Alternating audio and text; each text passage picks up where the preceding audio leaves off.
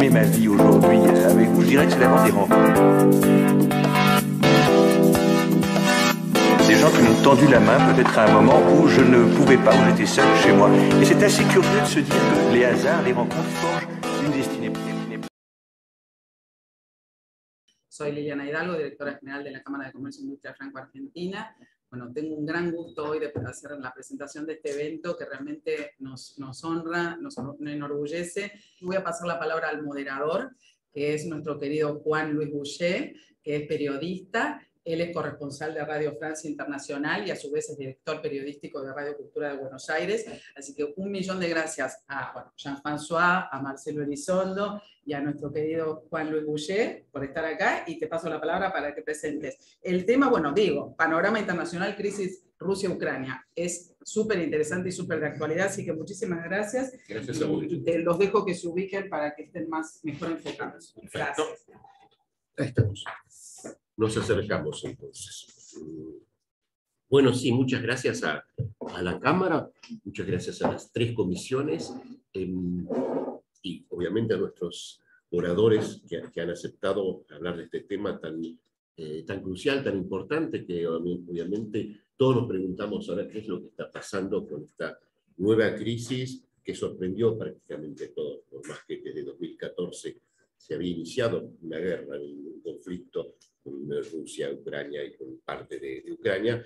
El desencadenamiento de esta última fase de la crisis hace unas semanas, creo que fue el 24 de febrero cuando comenzó, fue una sorpresa para muchos y el panorama mundial se ha modificado muchísimo desde entonces.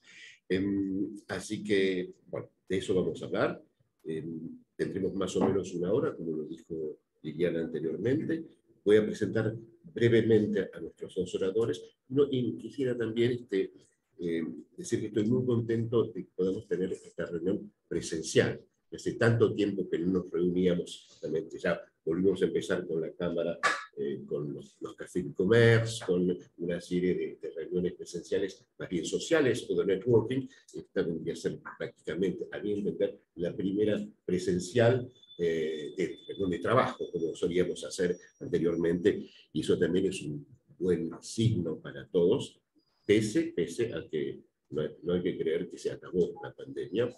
Como vemos, los casos vuelven a crecer. Así que cuidado con todos. Bueno, después de estas breves palabras, voy a presentar a nuestros oradores. A mi derecha, Marcelo Elizondo, que es analista y consultor en negocios internacionales, es MBA egresado de la Universidad Politécnica de Madrid, en España, y abogado graduado en la Universidad de Buenos Aires, especializado en administración de negocios, en CEPADE, Madrid, España. Efectuó estudios de posgrados en leyes en la Universidad de Harvard, Estados Unidos, y en planificación estratégica de negocios en la Universidad de Chile. Se ha desempeñado como consultor en la empresa ADIT de Francia, de hecho yo también, y del Bank of America Merrill Lynch en Nueva York. También ha sido director de la Escuela de Negocios de la Universidad de Ciencias Empresariales y Sociales, UCES, y miembro del Comité Académico de la Carrera de Comercio Internacional de la Universidad de El Salvador. Fue coordinador del Programa para la Promoción Comercial del Programa de Naciones Unidas para el Desarrollo de las Naciones Unidas y es exdiputado de la provincia de Buenos Aires. Tuvo actividades académicas y las tiene como docente en la Escuela de Negocios de la UCA, la Universidad Católica Argentina, y también en el Torcuato Di Stella y en la Escuela de Posgrado, y es investigador en el Instituto de Desarrollo de Negocios Internacionales. Es presidente del capítulo argentino de la International Society for Performance Improvement, miembro del Consejo Consultivo de CIPEC, director general de DNI, Desarrollo de Negocios Internacionales, miembro del Consejo Asesor de Argencon, y ha escrito varios libros, no los recordaré todos, ustedes los conocen, desde la Argentina Estructural, la Inserción Económica Internacional y otros más. A mi derecha, entonces, Marcelo Elizondo. Aquí a mi izquierda, Jean-François Michel, que es... perdón, no dije que es alguien de Ferrante Abogados, ¿no? Que tendría que haber empezado por ahí. Perdón, Marcelo. Jean-François Michel, que es el jefe de Servicio Económico Regional para el Cono Sur de la Embajada de Francia. Creo que Jean-François llegaste a la Argentina el año pasado, ¿puede ser? Julio de 2020, Julio de 2020. pero en esta posición en septiembre de 2021. Septiembre de 2021, claro, porque venías con otras actividades. Jean-François Michel tiene un recorrido bastante atípico, ¿no? Digamos, desde el punto de vista profesional. Es doctor en medicina veterinaria, de la École Nationale Vétérinaire de Toulouse.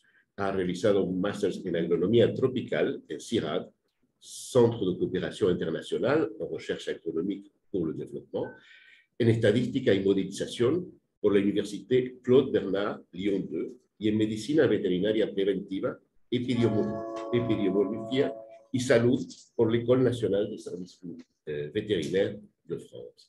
Actualmente, como lo decíamos, es jefe del Servicio Económico Regional para el Cono Sur de la Embajada de Francia, pero formó parte anteriormente del grupo LVMH Moët-Louis Vuitton durante 7 años como director de Asuntos Públicos, director de Relaciones Externas y director de Comunicaciones y Asuntos Públicos.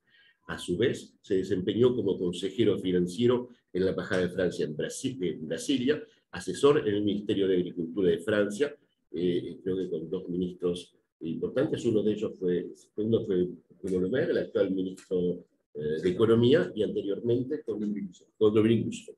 Y decía en el Ministerio de Agricultura de Francia y consejero económico en la Embajada de Francia en Madrid.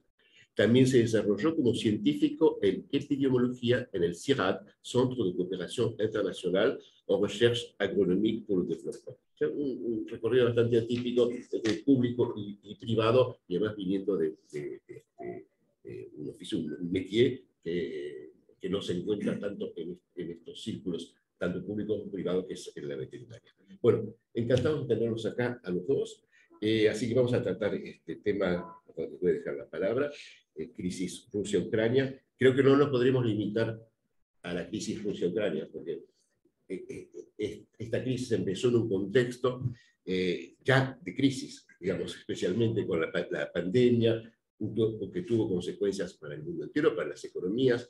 Está el rol de China en el mundo, una serie de factores que ya estaban presentes de una forma crítica, y después que no, empezó esta guerra con las consecuencias que vemos que está teniendo sobre los mercados, sobre la cuestión de la energía, sobre las materias primas agrícolas, sobre las relaciones internacionales, sobre los riesgos también bélicos, más allá del punto de conflicto actual. Entonces, ahora les dejo para nuestros oradores. Habíamos dicho, Marcelo, si querés comenzar, por favor. Bueno, muchas gracias, Juan Luis. Muchas gracias a todos los que están presentes, a los organizadores, a la Cámara en particular. Un gusto poder estar acá nuevamente. Efectivamente, el hecho de la invasión rusa en Ucrania y su contexto y su impacto no es un hecho aislado. Vivimos un tiempo en el que se van sucediendo acontecimientos disruptivos. La palabra disrupción se ha puesto de moda últimamente. La palabra disrupción significa interrupción de un ciclo. Y a mí me gusta decir que en realidad el siglo XXI, desde que empezó, nos viene acostumbrando a hechos muy disruptivos. El siglo XXI empezó con la caída de las Torres Gemelas, con la incorporación de China a la Organización Mundial de Comercio, y siguió con hechos sucesivos como la crisis financiera de 2008-2009, el agravamiento de la crisis climática, algunos procesos no tan explícitos, pero tremendamente transformadores, como la revolución tecnológica que está ocurriendo en el planeta, que cambia no solamente la economía, sino las relaciones sociales. Y últimamente hemos visto específicamente la gran epidemia mundial del COVID-19, ahora la guerra entre Ucrania, Rusia y Bielorrusia, y su impacto. Y lo primero que me parece relevante de todo esto que he mencionado, y algunas cosas más que podría mencionar que también han sido muy disruptivas, es que ninguno de estos episodios es estrictamente local. Son todos profundamente globales. De hecho, dice Thomas Friedman que la guerra en Ucrania es la primera guerra mundial, auténticamente mundial, porque dice, antes las guerras mundiales eran guerras entre algunos países, pero esta guerra está generando una aceleración de la inflación en todo el mundo, afecta a la política monetaria de la Reserva Federal, afecta a la matriz energética europea, afecta a la crisis alimentaria en el norte de África. En la Argentina genera, por un lado, la oportunidad de mayores precios para sus exportaciones, pero por otro lado, un gran estrés cambiario por la necesidad de más dólares para las importaciones de energía. Y no pocos efectos más. Una revisión de la política de alianzas internacionales para China y una rediscusión en la OTAN y hasta en la Unión Europea, que nuevos miembros, que... En fin, todos estos episodios son episodios profundamente globales, que tienen un núcleo de nacimiento focalizado, pero que va generando una enorme cantidad de impactos y que se enmarcan en procesos de cambio muy marcados. Yo creo que en el mundo están ocurriendo, por lo menos para el ámbito de los negocios internacionales, y este triángulo de crisis climática, COVID y guerra en Ucrania exacerba esto que está ocurriendo. En mi opinión, están ocurriendo 5 grandes tendencias que son empujadas por esta sucesión de acontecimientos. La primera gran tendencia es la profunda revolución tecnológico-productiva, económica y social.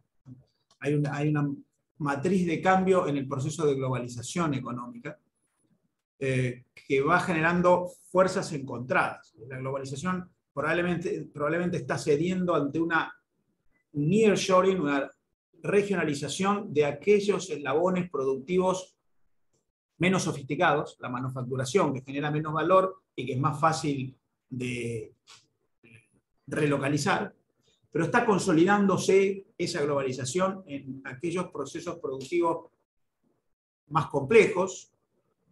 La industria automotriz, por ejemplo, seguirá siendo global en la medida en que requiere especializaciones, y está exacerbándose esa globalización en todos los aspectos de la nueva economía, especialmente relativos a la economía del capital intelectual, que hoy es el principal motor de la economía internacional, el capital intelectual.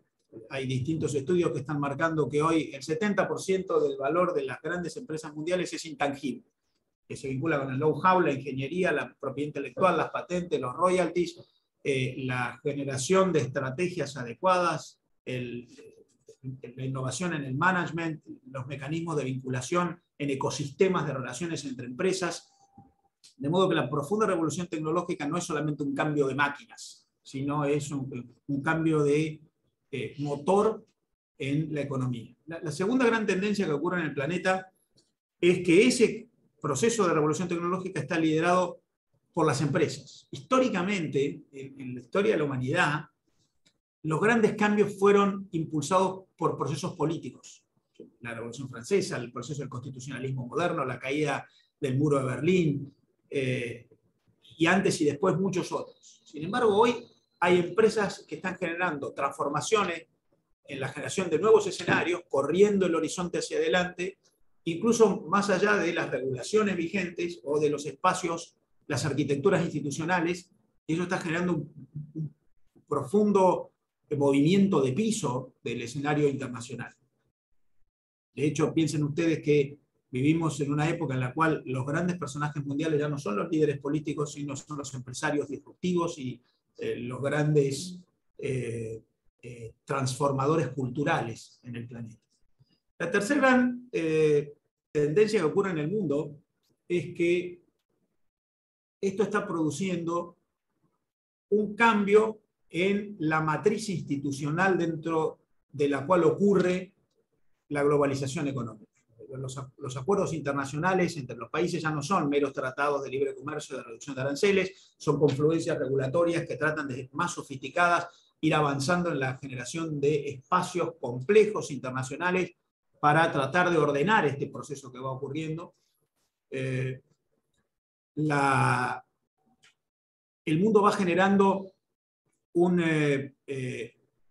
proceso de mayores exigencias en esa internacionalidad. De hecho, lo que vemos es una relevante injerencia de nuevos requisitos, estándares ambientales, sanitarios, de seguridad, técnicos, el ITC, el International Trade Center, tiene un muy interesante estudio que está marcando cómo el mundo está viviendo un proceso de elevación del piso de calidad en los negocios internacionales, con estándares de producto y estándares de proceso, dentro de los cuales incluyo la ética o el compliance o la reputación de las empresas. Hay un consultor argentino, Carlos Pérez, que dirige BBDO, que dice que en el mundo estamos viendo una antropomorfización de las empresas. Las empresas tienen que empezar a transformarse como personas y tomar partido y mostrarse más allá que por la mera producción material de bienes y servicios. El cuarto proceso que está ocurriendo, la cuarta gran tendencia, es la enorme influencia de la geopolítica en los negocios internacionales. Y aquí aparece el episodio de la guerra como una muy elocuente manera de entender que la geopolítica ahora está influyendo de una manera enorme en los negocios. Y un episodio geopolítico que otrora hubiera sido localizado, dos países limítrofes, Rusia y Ucrania, hoy, como yo les decía, tiene un enorme impacto a nivel global. De hecho, probablemente reconfigure la relación entre la Argentina y la Unión Europea, en la medida en que la Argentina puede pasar a ser un abastecedor de energía que la Unión Europea tiene que empezar a revisar cómo obtiene, y siendo la Argentina un país con un enorme potencial en materia energética, pero todavía muy lejos del acto, muy cerca de la potencia y muy lejos del acto, bueno, pero pueden empezar a adquirir una relevancia potencial estratégica adicional por un hecho que ocurre entre Ucrania y Rusia.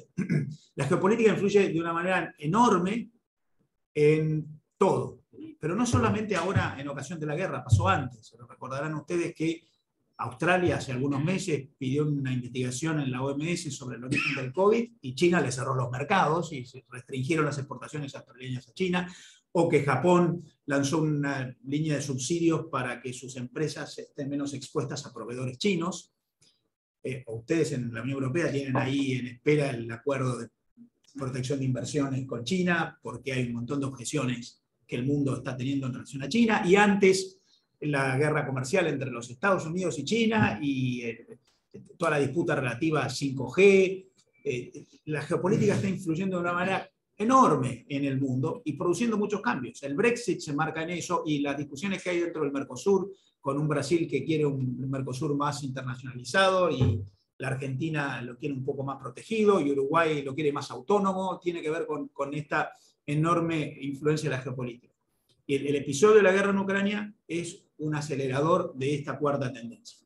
Y la quinta gran tendencia que ocurre en el mundo es que vivimos una instancia de volatilidad y de inestabilidad que no es excepcional, vino para quedarse. Tendremos en adelante, en la medida en que hay episodios geopolíticos, revolución tecnológica, cambios de exigencias, procesos de modificación en las relaciones entre las personas, los países, las empresas, las organizaciones, que van generando inestabilidades y volatilidades. Y tendremos en adelante seguramente una exacerbación de grandes movimientos entre precios, cotizaciones y relaciones entre actores.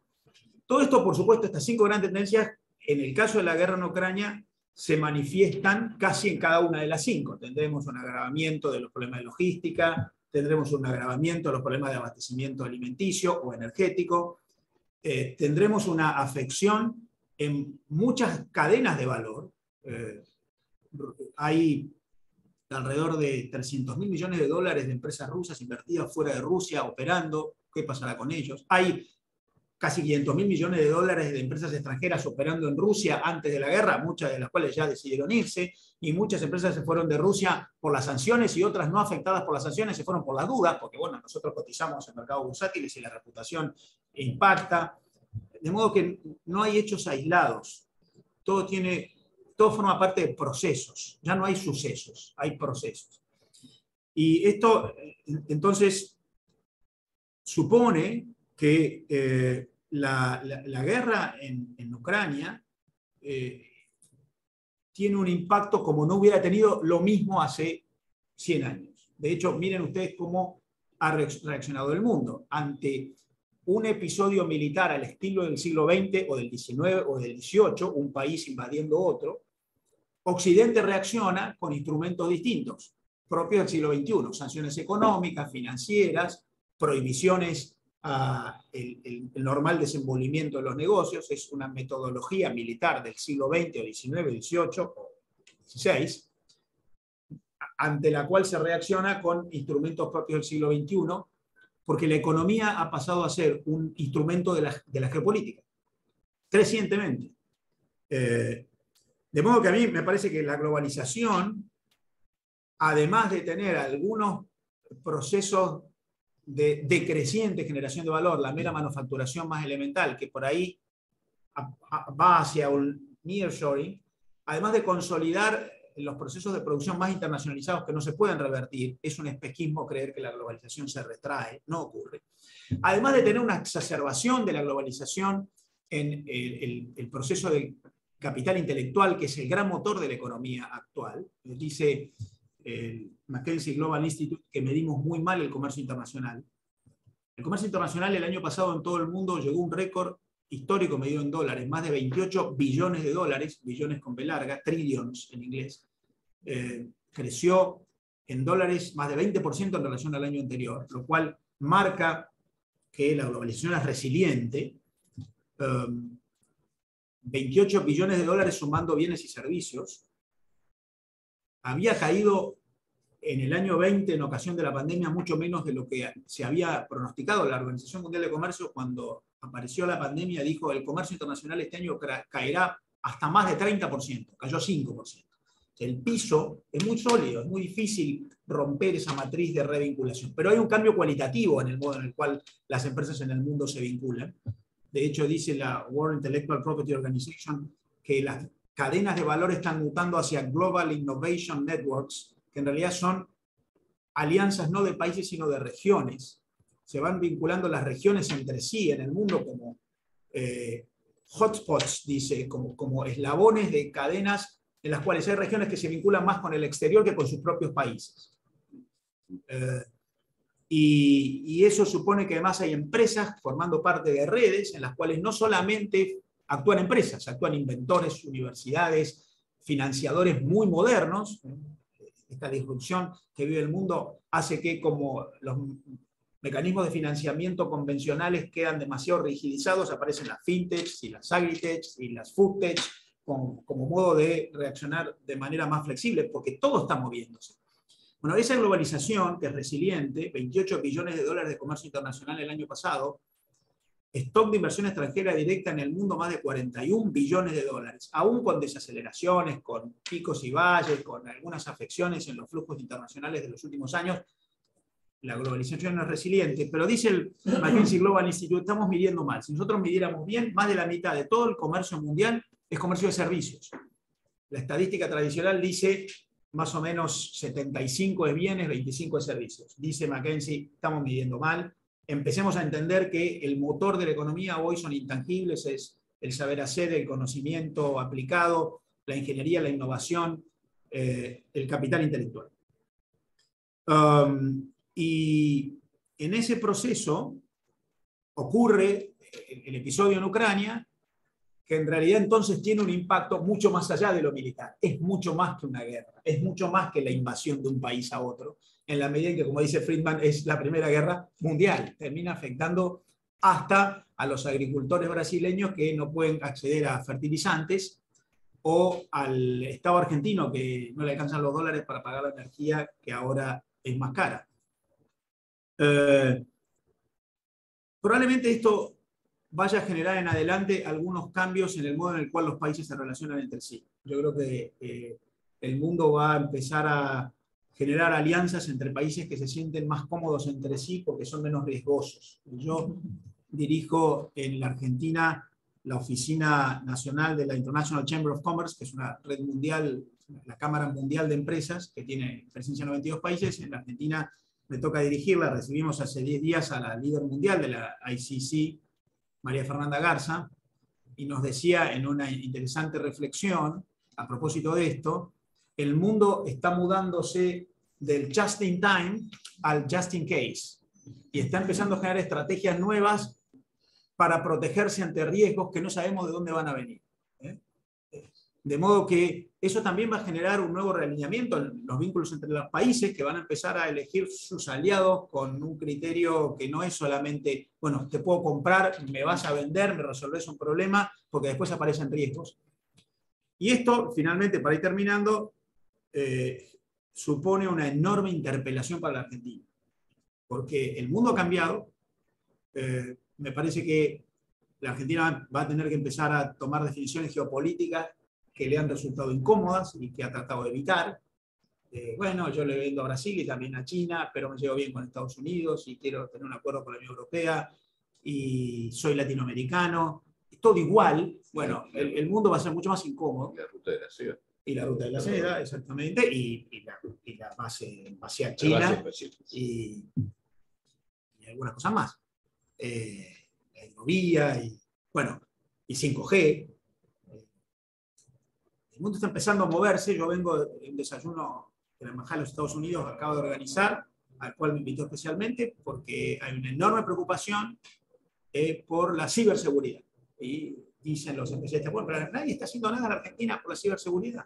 Pero van apareciendo temas nuevos que enmarcan un episodio como el de Ucrania en un escenario distinto. Lo mismo vale distinto que hace 10 años o que hace 20 años. Por eso a mí no me gusta aquello de que se le atribuye a Einstein: si uno hace siempre lo mismo, no puede esperar resultados diferentes. Error. Uno puede hacer lo mismo que hace 10 años, pero los resultados van a ser muy diferentes, porque ha cambiado el contexto. De modo que lo que yo quisiera es enmarcar el episodio de Rusia y Ucrania en un escenario internacional que es, y utilizo deliberadamente la palabra, complejo. Complejo quiere decir que hay una enorme cantidad de factores que se vinculan entre sí de manera distinta. Y eso para la Argentina entonces supone, en primer lugar, la necesidad de empezar a tomar decisiones geopolíticas y geoestratégicas. Empezando por revisar las relaciones regionales. ¿Qué va a hacer en la relación con Brasil? ¿Qué va a hacer la relación con Chile? ¿Qué va a hacer con el Mercosur? Segundo, hacia dónde apunta en el mundo. El mundo es muy complejo y no va a exigir que uno sea amigo de uno y enemigo del otro. Los dos países más enfrentados en el mundo hoy, Estados Unidos y China, son los dos socios comerciales más poderosos en las relaciones bilaterales que hay en el mundo.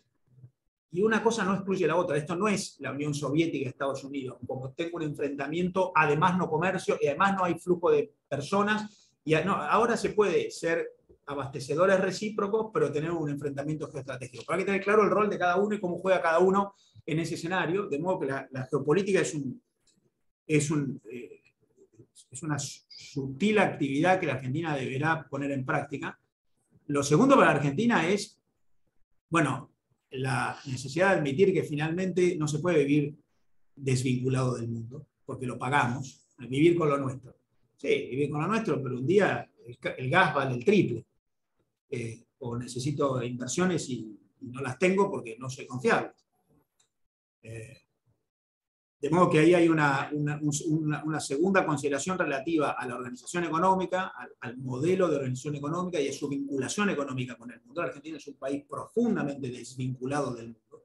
En lo que va del siglo XXI, poco más de 20 años, la Argentina perdió el 25% de su participación en el comercio internacional total, representaba aproximadamente el 0,4% del comercio internacional total hace 20 años, hoy representa el 0,3%, el año pasado fue 0,28%, o sea, menos de 0,3%. Y la Argentina perdió lo que va del siglo el 75% de su participación en el stock de inversión extranjera directa en el mundo. Hace 20 años, el stock de inversión extranjera directa en la Argentina era el mismo que ahora y en el mundo se multiplicó por 4. De 0,9 del total mundial vinimos a 0,2 del total mundial. Aún sin caer nominalmente. Seguimos en 85.000 millones de dólares de stock, pero el mundo subió. Por lo tanto, esa desvinculación se empieza a pagar más caro que antes. Porque no podemos evitar que los problemas globales nos impactan. Un día está el COVID y necesitamos vacunas. Y un día está la guerra y impactan los precios. Y un día aparecen fenómenos propios de la revolución tecnológica, como el 5G, la ciberseguridad o la modificación de la matriz productiva internacional hacia la economía del capital intelectual, y necesitamos empresas que jueguen ese rol. Y el mundo, la economía de hoy no es una economía de comprar y vender, es una economía de alianzas de empresas enmarcadas en espacios de instituciones políticas. De modo que ahí yo creo que hay para la Argentina un enorme desafío en términos de macro decisiones. Y además, y con esto termino, por supuesto está la coyuntura. Sí, para la Argentina este año necesitaremos 7.000 millones de dólares más para importar energía por la suba de precios.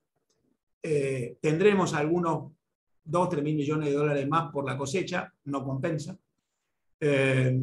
Vamos a tener no pocos problemas en la relación en el vecindario, que es nuestro principal cliente, Latinoamérica, porque tenemos vecinos que están muy expuestos al mundo. Brasil, que el año pasado creció 4, este año va a crecer menos de 1. Y entonces también en la coyuntura hay un impacto. En el mundo hay una aceleración de la inflación. La Argentina, que venía con una inflación muy alta, el año pasado de 50, este año, en mi opinión, va a tener 70. De modo que además está el impacto coyuntural de lo que pasa en el mundo, que no es menor, que es lo que sale en la tapa de los diarios, pero que para mí es menos relevante que lo que dije antes, que es todo lo profundo que va por debajo y que requiere un esfuerzo no solamente del gobierno, sino de los distintos actores del país. No quiero avanzar más porque me abuso del tiempo. Gracias. Muchas gracias, Marcelo, por esa exposición y sobre todo creo por haber enmarcado el conflicto bélico entre Rusia y Ucrania dentro de un mundo disruptivo, complejo, con un montón de procesos, ¿no? que es lo que estuvimos viendo y esos cambios que son permanentes en este siglo XXI.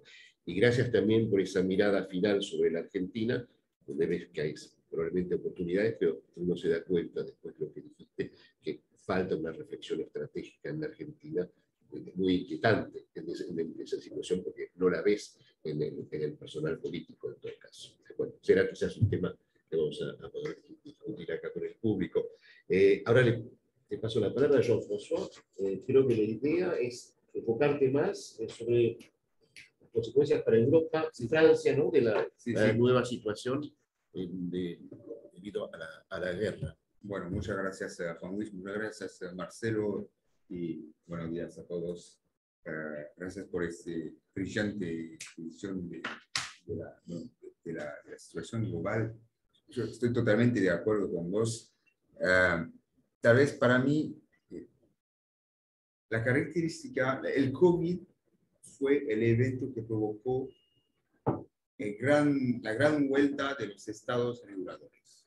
Antes del COVID, como vos decías, las empresas, éramos en un mundo más de empresas y con menos y menos regulación de los estados. Y la pandemia fue un evento clave para mí porque la gente, las sociedades, las empresas pidieron la intervención de los estados para cuidar a la gente y para solucionar este tema de salud. Y la guerra en Ucrania es la continuidad, está en la continuidad temporal de la pandemia y también hay la demanda de la regulación de los estados, de intervención de los estados. Y bueno, como decías, la guerra está llegando en un contexto de recuperación económica fuerte en Europa, porque al principio del año 2022 ya estábamos en una situación de 2019, recuperamos la situación totalmente prepandémica, pero también en un terreno con una inflación alta. La inflación, ahora estamos en una situación de inflación, la inflación más alta de la historia europea desde la Unión Monetaria. Y cosas que los ciudadanos europeos habían olvidado, la inflación. También una perturbación de los flujos comerciales y logísticos y inflación, perturbación logística y un choque en las materias primas. Entonces la guerra llega en este terreno y por supuesto va a empujar todo esto. Y entre las economías más avanzadas en el mundo, por supuesto, Europa está es en la zona más impactada. Que tenemos vinculaciones, tenemos relaciones con Rusia y con Ucrania más fuertes aunque la guerra tenga una repercusión mundial, global, que sea una guerra mundial económicamente, somos los más expuestos al menos en el tema de energía. Los impactos se transmiten a través de 3 canales. Canales de las materias primas, a través del precio de las materias primas, pero más allá del precio, a través del abastecimiento, que es clave para nosotros, y el tema de la energía. Más energía que productos agrícolas. Y más por el tema del abastecimiento que por el tema del precio, que es clave para nosotros, y dentro de Europa depende de cada país, de la matriz energética de cada país, por supuesto. Francia compra 20% de su gas a Rusia, Alemania compra 40%, expuestos al mismo nivel, al choque, aunque estemos todos vinculados, por supuesto, en Europa. A través del canal también de los flujos comerciales directos, y una vez más depende de los países en Europa, no somos todos iguales en frente de esta situación en Ucrania y Rusia. Los flujos comerciales para Francia directos con Rusia son de 1%, pero hay también todos los efectos indirectos, perturbación de esos flujos. Y el tercer canal es el aumento de la aversión a riesgo en general y la volatilidad y las perturbaciones en los mercados financieros y condiciones de financiamiento que son más duras. Así que bueno, estamos en una situación de recuperación económica después del gran trauma del COVID. Llega este choque global y tenemos que manejar un policy mix de forma bastante cautelosa, porque tenemos que luchar contra la inflación, pero sin parar la recuperación económica, y también siguiendo nuestra estrategia de transición energética. Lo digo porque, por supuesto, el tema de la energía y el abastecimiento es clave, pero tenemos herramientas de política fiscal para moderar el impacto de la subida, del aumento de los precios de la energía. No totalmente, no podemos compensar todo, y tampoco no podemos parar nuestro camino hacia el objetivo de la transición ecológica. Así que no podemos financiar tampoco el gas hasta un nivel del petróleo, porque estamos en un momento de transición energética. Así que bueno, la situación por supuesto es compleja y estamos manejando todo esto cada vez de forma muy suave. A nivel global, el problema del abastecimiento en materias primas es clave. Bueno, yo hablé de la energía, vamos a hablar también de los metales críticos, tipo titanio, aluminio, y esto. Ahí el gran tema también de los productos agrícolas. Estamos acá en un gran país de agricultura. No lo digo como veterinario, pero es un proveedor mundial muy importante de cereales, de carne, de productos agrícolas. Y me parece importante ver también el impacto, pues Marcelo, hablaste del impacto en el norte de África, y también en países como Nigeria. Vamos a ver impactos importantes, ya vemos impactos importantes. Por eso que el presidente Macron lanzó durante la última reunión del G7 la iniciativa FARM, Food and Agriculture Resilience Mission, basada en 3 pilares para ayudar a los países que van a tener este problema de abastecimiento en comida. Los 3 pilares son un pilar comercial, es decir, bueno, evitar los obstáculos al comercio de las materias agrícolas, y si hay estoques, relajar los estoques no hacer retenciones. El segundo pilar es un pilar de solidaridad, es decir, que podemos favorecer los flujos comerciales hacia los países que piden y que necesitan esta llegada de alimentos. Y el tercer pilar es un pilar de productividad, es decir, cómo podemos ayudar a estos países a invertir para producir más. Porque también es un desafío global muy importante, este tema del abastecimiento de materias agrícolas. Y bueno, en todo este contexto, no para concluir, pero creo que América Latina y sobre todo Argentina tiene oportunidades tremendas en un momento donde Europa está buscando diversificar sus fuentes de abastecimiento. En un momento o el mundo necesita más alimentos, más productos agrícolas. Argentina tiene una suerte histórica. Creo que también en el tema más global, como vos decías al principio de tu intervención, en el tema global de la transición energética, creo que Argentina está un país, una vez más, un país bendito, con el mejor sol del mundo, con el mejor viento del mundo y con litio. Así que más allá de la guerra y en este gran movimiento de transformación, Argentina tiene estas ventajas que son muy importantes. Y gas para el corto medio plazo también. Y por supuesto, energía, gas, agua.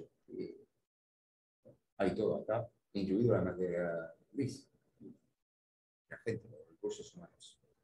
Bueno, en algunas palabras, el impacto sobre Europa, que veo para Argentina, es interesante. Muchas gracias, Josué. Yo lo veo, sobre todo, me parece muy interesante esa dificultad ahora para los gobiernos europeos de llevar adelante políticas que controlen la inflación, respondan a una nueva situación, sobre todo energética, que es la más compleja para los europeos, y a la vez se mantenga y siga el crecimiento económico que era más o menos endeble. Eso es un gran desafío para los europeos. Y efectivamente, también, como decía Marcelo, parece que en esta situación mundial tan compleja hay oportunidades para la Argentina. El asunto es saber si las vamos a aprovechar, porque la Argentina siempre fue un país de oportunidades y pocas veces las aprovechó. Puedo decir, hace un siglo más o menos, el último momento en que la Argentina tuvo, de hecho, si hablamos de la participación en el comercio mundial en los años 20 y 10, era mucho más importante de la Argentina. Y además tenía más comercio que Brasil, tenía más inversiones que Brasil, un PBI per cápita, incluso global, incluso más importante que un país mucho más grande y poblado que era nuestro vecino del norte. Y después eso se fue, bueno, sabemos lo que pasó, yo no vamos a volver a hacer la historia acá. Entonces, gracias a ambos por estos aportes. Lo que yo noté, pero veremos qué dice la audiencia, es que no hemos hablado prácticamente de algunos cambios que venían de, por ejemplo, la invasión rusa a Ucrania, como se considera de una manera que termina siendo un error de Putin, no sé qué piensan ustedes, trajo unas consecuencias totalmente inéditas e insólitas. Terminó con el pacifismo alemán en 48 horas. Terminó con la neutralidad de Suiza y Suecia. Y va a hacer entrar a muchos más países en la OTAN que nunca en los próximos años y en la Unión Europea también. O sea, va a ser un aislamiento nuevo para Rusia que va a quedar probablemente como más marginada. Después hay otras consecuencias, quizás también con China, porque la economía china no está tan bien. Está en un momento de desaceleración. Y la política ahí está también, la política anti-COVID de China está teniendo consecuencias también negativas para China. O sea, todo eso ese panorama lleno de incertidumbre, ¿no? Que vos describías y todo eso. En fin, eran unas reflexiones, unas acotaciones para completar y cerrar estas intervenciones. Y bueno, estamos a disposición, nuestros oradores están a su disposición para preguntas. Creo que también hay preguntas virtuales, ¿no? Allá están. Yo le voy a hacer una pregunta a Marcelo. Marcelo, vos mencionaste el protagonismo que tienen las empresas hoy, que es mayor que el protagonismo de los políticos. ¿Eso no va a asegurar un mayor predominio de Estados Unidos en el mundo, teniendo en cuenta que el liderazgo de las empresas en casi todas las industrias las tienen las empresas americanas, salvo en algunas industrias como el lujo, la moda que dominan las empresas francesas, italianas, la farmacéutica, la aeronáutica, con la excepción de Airbus, la automotriz con los vehículos eléctricos, son todas empresas americanas. A ver, yo suscribo que hay una... Lo voy a poner en estos términos. El escenario de disrupción del que yo hablé genera muchos impactos. Uno de ellos es que están en crisis los colectivos tradicionales. El modelo de familia, los sindicatos, las escuelas. Y el Estado-Nación está en crisis. Pero el Estado-Nación está en crisis porque con los instrumentos con los que contó tienen más dificultad para resolver los problemas. Yo no estoy postulando que dejen de existir, sino que tienen que reformularse. De hecho, la pandemia fue un ejemplo. El virus entró por la frontera, perforó, y la verdad es que la solución a la pandemia la dieron las vacunas. Y mientras tanto nos encerraron y después terminaron siendo los laboratorios los que terminaron generando el componente principal para la solución de la pandemia. No exclusivo, pero ahí estuvo el motor. ¿Qué hubiera hecho el Estado sin los laboratorios? Y hubiera sido complicado. Los laboratorios solo no hubieran podido, pero ahí yo hablo de un protagonismo no excluyente, pero logran un poder significativo. ¿Qué hubiera pasado con la educación pública en el mundo si no hubiera existido Zoom? La educación pasó de los edificios públicos a las plataformas privadas. Los boletines oficiales a través de los cuales se manifiestan las decisiones políticas fueron reemplazados por Twitter. Y resulta que antes la política censuraba a la opinión de los medios de prensa. Ahora las redes censuran a los políticos. Ahora está el señor Elon Musk diciendo: voy a volver a permitir a Donald Trump opinar. Y a Donald Trump le dejaron le impidieron opinar cuando era presidente de Estados Unidos. O sea, hay una relevancia de las empresas que no sustituye no, yo no digo que sustituye, pero equipara. Hay un trabajo que publicó hace un par de años, se publicó en un blog del Banco Mundial, que mide lo que llama ese trabajo las 100 mayores economías del mundo, según su capacidad de recaudar dinero. 69 son empresas, 31 son países. Hay muchas empresas que generan más ingresos que muchos países. De hecho, la Argentina, cuando mira para arriba, tiene tantas empresas como países que la anteceden en esa lista. Eso, en mi opinión, es un hecho. Yo no lo estoy postulando como bueno. No estoy diciendo que es el mundo ideal. Para mí eso es lo que ocurre. De hecho, yo soy docente. La educación pública tenía el monopolio de la transmisión del saber. Hoy, con tu alumno ahí enfrente, la transmisión del saber viene por un montón de otros vehículos con los cuales la educación compite. De modo que para mí hay una crisis de los colectivos y las empresas son las que más rápidamente se han adaptado a esa crisis y han reaccionado más rápido, porque son más dinámicas, porque tienen menos rigideces y porque además no hay tal cosa como las empresas. Si la empresa no reacciona, viene otra y la sustituye. Las empresas más importantes de hoy no lo eran hace 20 años y las de dentro de 20 años no serán las de ahora. O sea, uno habla en abstracto de las empresas, pero en realidad hay empresas que van sucumbiendo y van feneciendo y van apareciendo otras en su lugar. Y para mí eso es un signo de los tiempos. Lo cual no quiere decir que efectivamente los estados no estén llamados a regular más. Sí, lo están. Pero en mi opinión, antiguamente la política generaba el espacio, la Unión Europea, y después la economía lo ocupaba. Ahora la economía rompe, crea realidades nuevas y después viene atrás la política regular. Hay una inversión en quién lidera y quién acompaña. Esa es una hipótesis, ¿no? Pero la pregunta de Máximo iba a ser el rol de Estados Unidos. Ahí voy. ahí voy. En ese marco, yo creo que no solamente las empresas americanas son las que más se adaptan a este proceso, claramente. Ahora, también las chinas. También hay empresas chinas que vienen ocupando espacio. Asiáticas varias. Ahora, esas empresas, en mi opinión, son partes de conglomerados enormes. Uno por ahí mira el vértice superior, ¿no?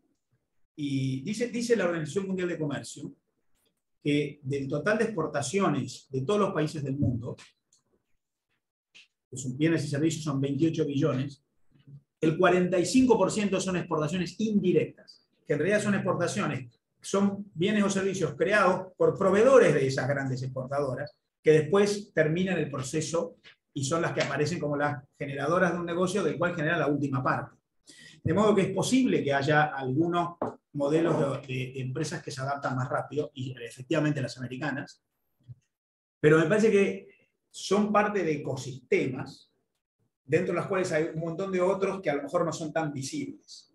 Nosotros tenemos un problema muy serio en la economía mundial hoy, que es estamos midiendo una cosa nueva, que es la economía del siglo XXI, con los instrumentos del siglo XX. Las estadísticas de hoy sirven muy poco. El nomenclador dice que esto es un aparato de telefonía. Entren ustedes y miren qué tiempo le destinan de todo el uso a la telefonía.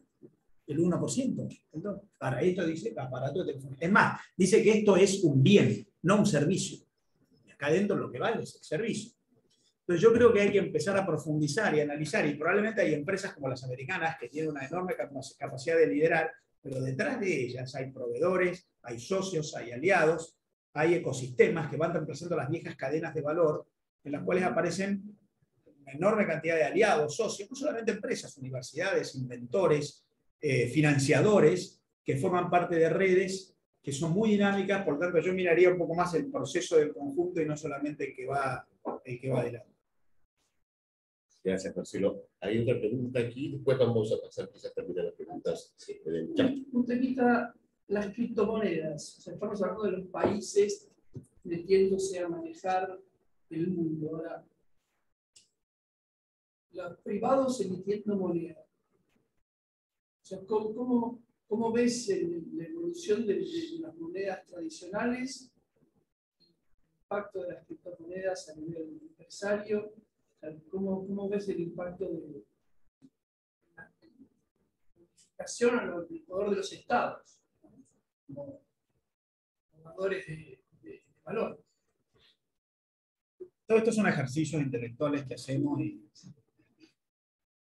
opiniones que pueden estar revertidas por la realidad dentro de un rato.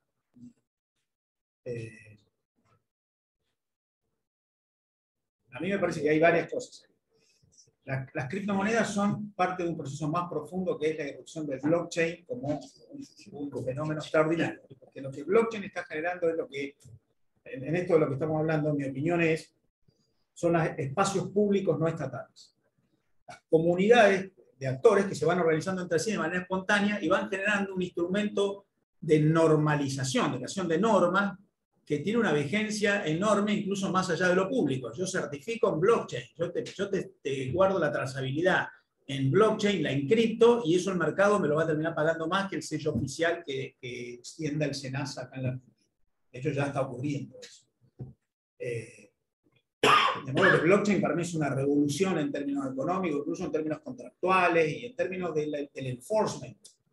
Porque resulta que la blockchain ha inventado una industria nueva, que es la industria de la veracidad. Yo te vendo verdad y te la certifico. Hasta ahora la verdad me la vendía o el sello público o el escribano. Y ahora resulta que aparece un fenómeno nuevo ahí que es difícil de controlar. Y ahí aparecen las criptomonedas como una especie de ese gran género. A mí me parece que el fenómeno de las monedas no nacionales es un fenómeno que va a crecer. Yo no sé si va a ser blockchain, si va a ser las criptos. Todavía son muy volátiles las criptos, muy volátiles, pero yo creo que volátil va a ser todo, como decía al principio. La volátil va a ser cada vez más todo. Lo que yo sí creo que va a ocurrir es que este fenómeno de medios para cancelar obligaciones, más allá de las monedas nacionales, es una consecuencia inexorable de este escenario del que estamos hablando, de internacionalidad de todo. De hecho, insisto, todo está cambiando mucho más que lo que parece. Hay una creciente porción de los flujos de generación de valor internacionales, los intercambios económicos en el mundo, que no está computado en las monedas. Por ejemplo, hay una enorme cantidad de generación de valor de capital intelectual que ocurre entre lo que Richard Goldman llama telecomiendo. Empresas operando a través de telereuniones y Zooms. Y me decía hace poco el CEO de una empresa automotriz. Nosotros, asiática, compramos una máquina para trabajar acá. Pagamos. La estadística dice, importó una máquina, vale 10. Ahora, una vez que yo instalo la máquina, empiezo con reuniones a través de Zoom con la central de mi compañía, que me indica cómo debe ser el layout y cómo tengo que capacitar. Y además traigo mis proveedores y se reúnen con mi headquarter a través de la pantalla. Todo ese valor de capital intelectual, de operación del instrumento, vale mucho más que la máquina. De hecho, la máquina, si yo no hago todo eso, no me sirve para nada. La estadística, lo único que registra es el valor de la máquina por el cual yo pago. Hay una enorme cantidad de porciones de la economía internacional que no están en ningún lado. Es lo que a mí me gusta empezar a llamar el trueque. Cuando yo subo al auto y pongo Google Maps me presta un servicio, tiene un enorme valor para mí, ¿cómo tengo que dirigirme? Un servicio gratis. Pero en realidad Google Maps me cobra generando Big Data a través de mi contribución a la generación de un perfil de consumidor X, gratis. Eso se llama trueque. Eso no está en ningún lado. ¿Cuánto vale el Big Data en el mundo? ¿Dónde está?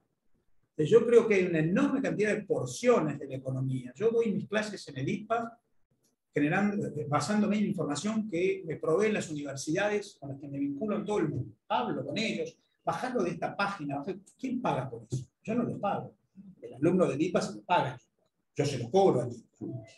Pero yo a los que me dan la información en Internet, ahora, ¿no se lo pago? O en realidad, como dice Harari, antes nosotros leíamos los diarios. Ahora los diarios los leen nosotros. El diario sabe dónde me detuve, qué artículo quiero, cuál no, en cuál lo leo hasta el final. Eso es información que vale un montón. ¿Quién lo paga? Nadie lo paga. La economía está cambiando tanto que entonces van empezando a aparecer una especie de instrumentos de pago más allá de las criptomonedas, que van modificando la matriz de funcionamiento de la economía global, dentro de lo cual están las cripto, pero es mucho más. Perdón. O sea, como funcionario del Ministerio de Economía francés, ¿me opinión sobre las criptomonedas? Porque generalmente los gobiernos están en una posición defensiva y los bancos centrales, etcétera, que acá el Banco Central prohibió a algunos bancos que habían empezado a hacer operaciones que querían hacer con criptomonedas, lo prohibieron. No sé cómo es en Francia y en Europa con esa situación, porque por favor, todo este proceso que describe Marcelo me parece que es inexorable. Nadie lo va a poder parar. O volvés al tema de la regulación. Sí, exactamente, pero creo que bueno, en dos palabras, creo que es inexorable, pero hace falta una regulación. Ya está. Y no te puedo decir otra cosa, porque, por supuesto, desde el punto de vista de un Estado, un sector sin regulación, sobre todo un sector de soberanía como la moneda, me parece muy peligroso. Creo que la comunidad está trabajando, la causa de Bruselas está trabajando. Perdón, yo estoy de acuerdo con eso. Yo creo que tiene que haber una regulación. Yo no estoy postulando el anarquismo. Lo que digo es que está ocurriendo un fenómeno. No sos Milei. No.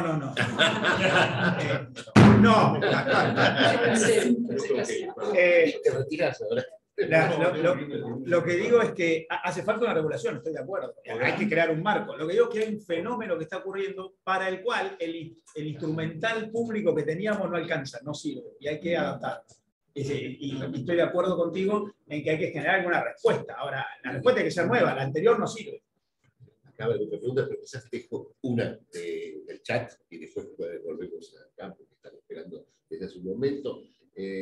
Ramiro, bueno, va a ser sencillo. ¿Qué piensa de la propensión eventual de China de aprovechar la situación de Rusia-Ucrania para tomar el control de Taiwán? Se ha hablado de eso, ¿no? Parece que está ahí. Sí, a mí me preocupa el expansionismo chino en general, en el mar del sur de la China, en Hong Kong.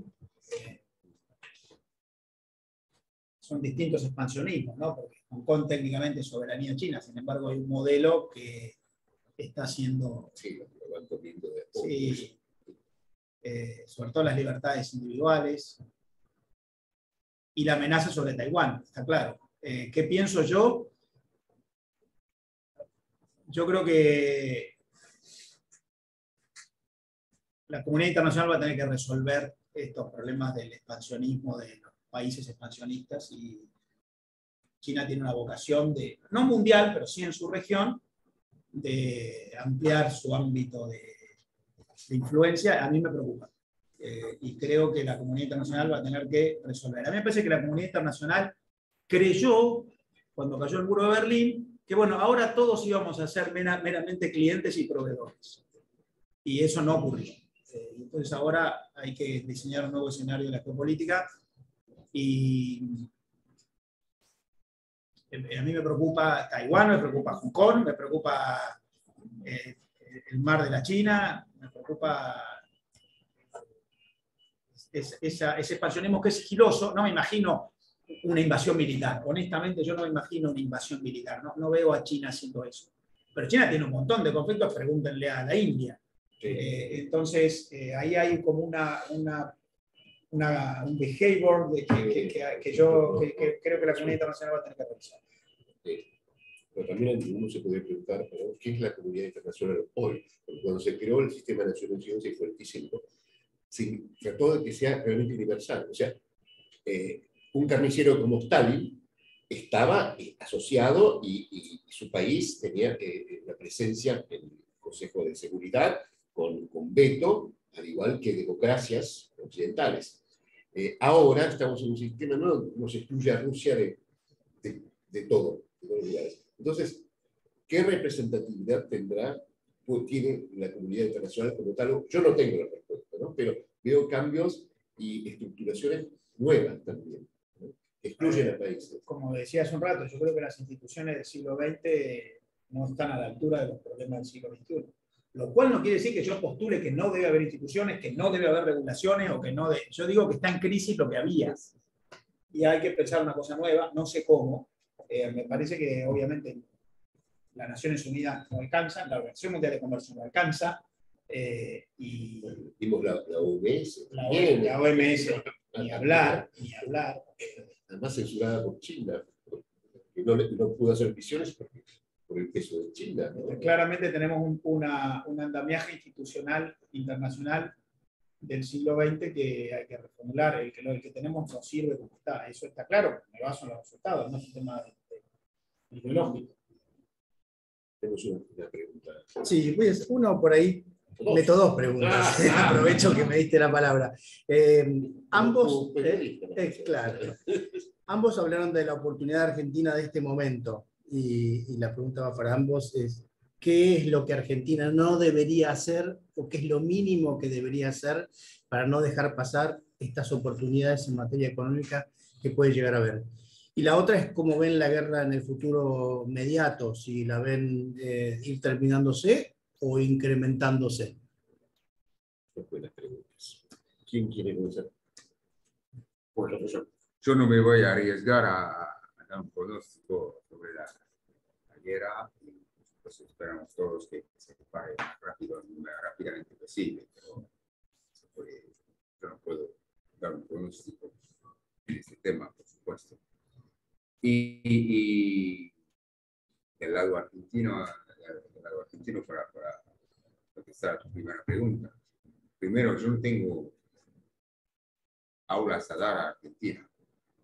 Yo soy acá como observador y diplomático francés, para decir a Argentina lo que tiene que hacer, lo que no tiene que hacer. Por supuesto, y Francia apoyó la acuerdo de FMI, Argentina, y esperamos que Argentina siga este camino para recuperar su situación económica, y creo que es una buena herramienta indispensable para que Argentina siga así. Pero muy concretamente, no voy a decir lo que la Argentina tiene que hacer. Diplomática. Mi trabajo. Perfecto. Yo coincido con él. No iba a haber contradicciones en esta principio. Primero, la guerra nadie puede predecir. Da la sensación de que se ha estirado mucho más de lo que estaba previsto y de lo que estaba planificado, y que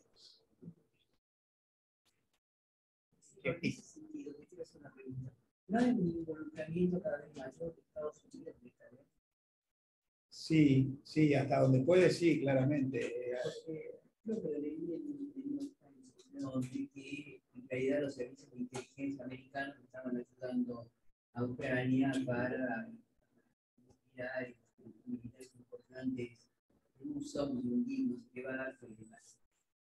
¿Hasta dónde llega ese involucramiento, digamos, secreto de Estados Unidos en esta guerra? Ya no es secreto, porque se comunica. No, además le está dando armas.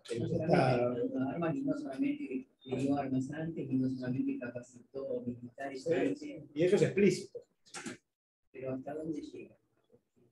Bueno, a mí me parece que Occidente ha entendido que Rusia sacó los pies del plato y que rompió un orden. Y entonces Occidente reacciona como puede. Y si pudiera, reaccionaría con más contundencia. No reacciona militarmente porque podría ser una catástrofe. Y reacciona como puede. O sea, hasta donde... Ya reacciona militarmente, digamos. Sí, va incrementando. Sí, pero también, ojo, Estados Unidos lideró la imposición de sanciones económicas. La usina de la generación de sanciones económicas fue Estados Unidos.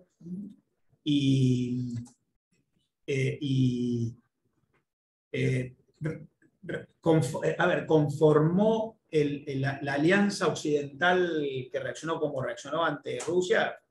La primera reacción fue de Estados Unidos. De modo que es un involucramiento, además, explícito. La CIA anunciaba antes de la invasión rusa: va a invadir el día tal. Tenemos la información de que va a invadir el día tal. Estamos esperando. O sea que hasta haciendo explícito que estaba ahí. De modo que yo creo que hay un involucramiento tan intenso como se puede para contener daños potenciales, que no haya una hecatombe internacional. Y yo creo que tiene que ver con que la interpretación que hace Occidente de lo que ha hecho Rusia es que ha roto un mecanismo de funcionamiento de relaciones entre los países. Y eso para mí va a seguir.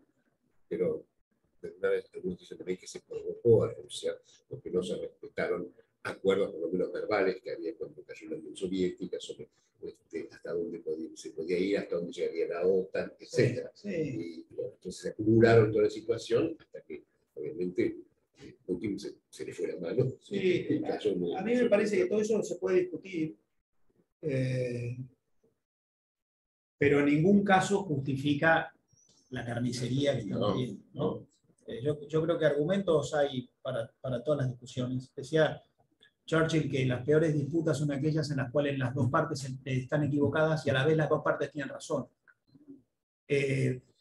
Ahora, me parece que una cosa es que Rusia diga: no quiero tener la OTAN acá al lado, o rompieron los acuerdos de hace 20 años, o lo que quiera decir, la madre Rusia y Ucrania me pertenece. Una cosa es eso y otra cosa es acudir a la violación del derecho internacional a través de la invasión. O sea, siempre hay problemas actuales con métodos de siglos pasados, ¿no? Exacto. De hecho, Occidente hasta toleró Crimea. O sea que me parece que el problema no es tanto Rusia y Ucrania, sino la afección al conjunto de normas o de pautas de hecho que permite la convivencia entre los países. Y eso es lo que está roto. Por lo tanto, para mí es más que la invasión de un país sobre otro. Por eso reacciona a Estados Unidos. Perdón, y me había Argentina. contestado la Argentina. Yo creo que todos sabemos un poco lo que la Argentina tiene que hacer, ¿no? A mí siempre me gusta decir 4 cosas. Primero, la Argentina se tiene que organizar en base a un sistema institucional. O sea, los países que funcionan tienen instituciones. Y la política juega dentro de las instituciones. La Argentina no tiene instituciones y la política tiene absoluta libertad para romper contratos, violar derechos, incumplir promesas, y eso es sin instituciones, sin cumplimiento de la Constitución Nacional, del artículo 17, del artículo 14, sin la garantía de que si yo tengo un conflicto voy a un juez y lo resuelve en base al principio de legalidad, y no en base a presiones políticas. Bueno, sin instituciones es muy difícil. Para mí lo primero que hay que hacer es crear un sistema institucional, lo cual va mucho más allá de la orientación de un gobierno. Es el gobierno, más la oposición, más los actores económicos, más la sociedad, que convalida la desinstitucionalización. La Argentina es un país desinstitucionalizado porque las instituciones no son legítimas. La gente no las prefiere, la gente, la mayoría. Pues si no, como me dijo a mí un colega académico alemán-americano, estaba acá en Argentina cuando estalló la crisis de 2001, y veía a la gente protestando en las calles contra los bancos, los que habían depositado dólares pidiendo que les devolvieran los dólares, y los que debían dólares pidiendo que se especificaran las deudas, y el tipo me decía, ¿no se dan cuenta que en realidad el conflicto lo tienen entre ellos? Me decían, y finalmente, ¿en qué coinciden ellos? En que todos quieren que se rompan los contratos, en su favor. Tenemos un sistema tan complejo, él me decía, yo saldría a pedir que se cumplan los contratos, y en todo caso que me den las condiciones para que se cumplan los contratos. Bueno, acá hay un problema de desinstitucionalización que es mucho más profundo que un líder político. Ojalá fuera un problema de un líder político. Segunda cosa, hay que ordenar la macroeconomía, eso es básico, no hay posibilidad de adaptarse a todo esto con el nivel de inflación, de inestabilidad cambiaria, de politización de variables, hay que ordenar la macro, el tema fiscal. Lo tercero, yo creo que hay que modernizar mucho el sistema regulativo. La Argentina tiene un sistema regulativo muy obstructivo, muy viejo, congestionado, todo está prohibido por todos, se necesita un formulario, una reunión con un funcionario, hacer un trámite. Eso es la antítesis del dinamismo. Y eso no solamente es la legislación laboral o el régimen impositivo, sino todas las leyes administrativas que regulan todas las actividades. Y lo cuarto es que la Argentina se tiene que vincular con el mundo. Es una economía cerrada que desalienta el comercio, la inversión, la participación de empresas en alianzas internacionales. Para mí ese cuadrado es crítico. Pero, insisto, yo creo que es un tema que va más allá de un gobierno. Porque hace años que pasa esto. ¿Cómo está viendo la participación de China en todo este conflicto ruso? ¿Cómo se ve desde Europa? Están viendo cómo la ven a China. Pues ahora como que está ahí. Bueno, sí, para mí, pero yo trabajo en el campo económico, no en el campo político ni diplomático. Ahora, desde el punto de vista económico, la situación de China es conocida con el COVID y no hablamos mucho, sí, Marcelo lo mencionaste, pero creo que tenemos que ver también las otras amenazas. Es decir, el COVID no se acabó totalmente. Y hablando de China, China está en una situación económica complicada por el COVID y, como Marcelo dijo, también el cambio climático. Estamos saliendo y desde lejos de este tema. Así que desde el punto de vista económico, entre el COVID y los accidentes posibles debido al cambio climático, estamos en una situación muy volátil también. A nivel geopolítico, no te puedo responder. La situación con el COVID y el tratamiento de la política de China contra el COVID está haciendo daños económicos y políticos en China. Pasó en Shanghái, lo sabemos todos, incluso la gente se rebela contra las autoridades. No sé, ¿qué va a pasar con Xi Jinping? Yo no soy analista internacional, daño también para su poder y su autoridad. ¿Es una pregunta? Pues, ¿te parece? A mí me parece que es muy difícil. El mundo nos tiene acostumbrados a la aparición de sorpresas, por lo tanto, pueden aparecer cosas que no imaginábamos. Yo veo a China con un régimen político muy sólido, muy consolidado, el régimen, incluso el liderazgo de Xi Jinping lo veo muy atado, pero lo veo a China con muchos problemas, varios. Me parece que las nuevas generaciones de chinos ya no toleran con tanta pasividad el régimen tan opresivo. Yo creo que la economía china tiene un montón de dificultades cuya solución viene postergando. Es una economía sobreinvertida, con una inversión ineficiente. En China hay ciudades enteras que se construyeron y no están ocupadas. Creo que hay una estabilidad macroeconómico-financiera, cambiaria, monetaria, bursátil que se sostiene porque China es enorme, pero que tiene debilidades, riesgos.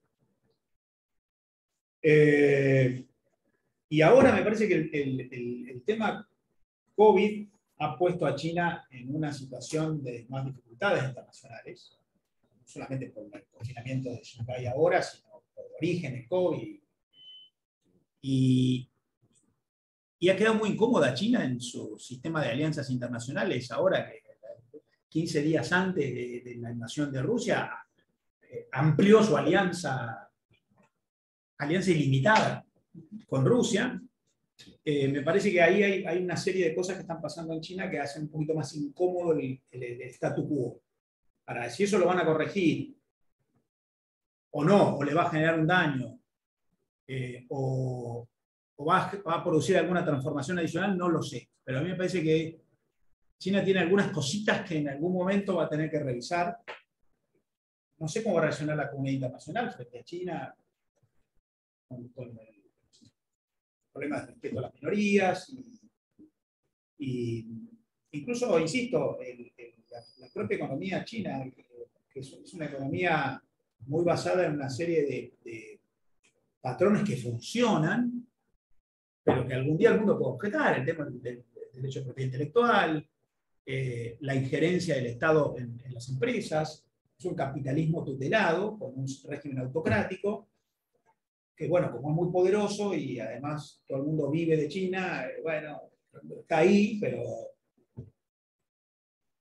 su situación en el vecindario, sus problemas hacia adentro, sus alianzas internacionales, algunas debilidades incipientes en materia económica interna, para mí hacen pensar que de aquí en adelante China va a tener que corregir cosas. Una pregunta más desde el chat. Son dos, ¿eh? No, la primera ya. Bueno, pero hay que leerla. Perdón. No leímos ninguna hasta ahora, ¿no? Sí, la primera era, perdón, para Marcelo Horizonte, Horizonte, ¿qué piensa de la protección de China en Taiwán? Solo. La segunda, de Carolina Aybar, dice, no entiendo cómo el equilibrio mundial, bajo la amenaza nuclear, cualquier país puede invadir a cualquier otro sin más. Más allá de los efectos económicos de esta invasión y las nuevas relaciones que se generen, ¿qué pasa con la crisis humanitaria que ella generó? ¿Importa? Bueno, hay varios temas en realidad en esa pregunta, ¿no? Pero... sí, hemos abordado el tema más desde la perspectiva económico-comercial porque es la que yo trabajo. Ahora, hay un montón de otras perspectivas humanitarias, éticas, sanitarias, que, bueno, son gravísimas también, pero que yo no los abordo porque yo hablo de aquello a lo que me dedico. Sí, creo que la crisis monetaria, bueno, es algo que mucha gente, mucha población civil en Europa y en el mundo es muy sensible a esa situación. Hubo una identificación con el pueblo ucraniano De hecho, valdría la pena reflexionar por qué no pasó con Siria, por ejemplo, ¿no? Pero ahí la identificación en Europa o en Argentina es muy fuerte. A mí me parece una cosa que pasó en Ucrania, que no pasó en Siria, es que esta es la primera guerra que los propios afectados transmiten por streaming, por los teléfonos celulares. Vimos en las pantallas lo que los ucranianos tomaban en los teléfonos celulares, los sirios no hicieron lo mismo. Y es, bueno, abona lo que yo venía diciendo antes, de ese mundo horizontal donde estaban pasando cosas que antes no pasaban. Y eso hizo que el mundo tomara una conciencia de lo que pasaba en Ucrania, porque no hay nada más contundente que lo que se ve. Bueno, esta pregunta es una referencia al equilibrio, la amenaza nuclear, pero creo que ahí sabemos que está ahí la amenaza nuclear, pero la idea es que nadie tiene la primera bomba, ¿no? Porque si no, ya no. Sí, de lo cual no estamos exentos, ¿no? Siempre uno la puede tirar. Pasaba, la podía tirar antes, la puede tirar ahora, podría tirarla mañana. Jean-François habló del tema del cambio climático, creo que se relaciona muchísimo con esta problemática, sobre todo por el tema que tiene que ver con materias primas. En primeras líneas de gobierno se está pensando, digamos, en una forma, en la fecha de caducidad del planeta. Digamos, ¿se piensa realmente que el planeta tiene una fecha de caducidad? ¿O no? Es una pregunta muy compleja, pero no sé, yo no soy un especialista del cambio climático, pero no, creo que tenemos que acelerar desde el acuerdo de París, desde la COP21 y tal, que se convierten en los objetivos que decidimos juntos para desacelerar este cambio climático. Y no sé si la Tierra tiene una fecha de caducidad, pero los expertos nos dicen que, bueno, estamos en un movimiento de aceleración del cambio climático y que hay un punto de equilibrio que no hay que cruzar, porque si no, esto va a ser mucho más complicado de volver para atrás. Pero por eso nos parece muy importante cumplir con los objetivos. Pero es un camino largo que depende de la materia prima, pero también de la revolución tecnológica que Marcelo mencionó antes. Así que, bueno, se trata con muchas palancas.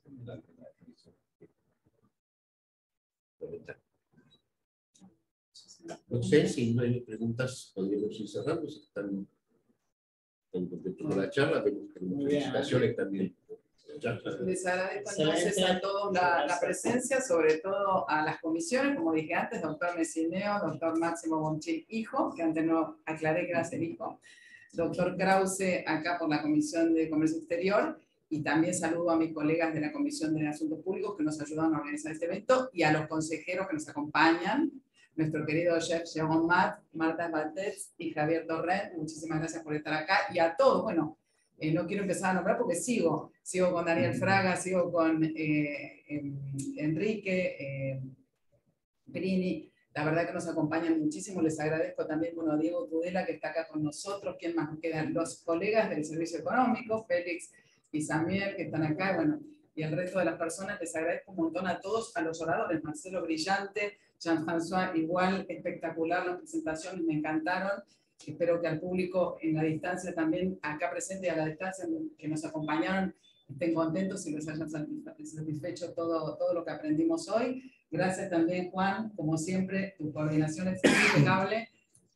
La verdad que es un reaseguro tenerte a vos siempre como moderador. Así que 1.000.000 de gracias a todos por esta linda mañana que hemos pasado acá, y hasta la próxima. Muchas gracias.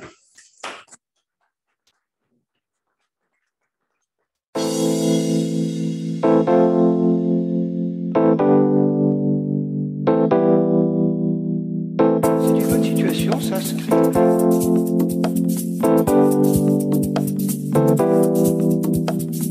Vous savez, moi je ne crois pas qu'il y ait de bonne ou de mauvaise situation. C'est une bonne situation, s'inscrit. Moi, si je devais résumer ma vie aujourd'hui avec vous, je dirais que c'est d'abord des rencontres. Des gens qui m'ont tendu la main peut-être à un moment où je ne pouvais pas, où j'étais seul chez moi. Et c'est assez curieux de se dire que les hasards, les rencontres forgent une destinée.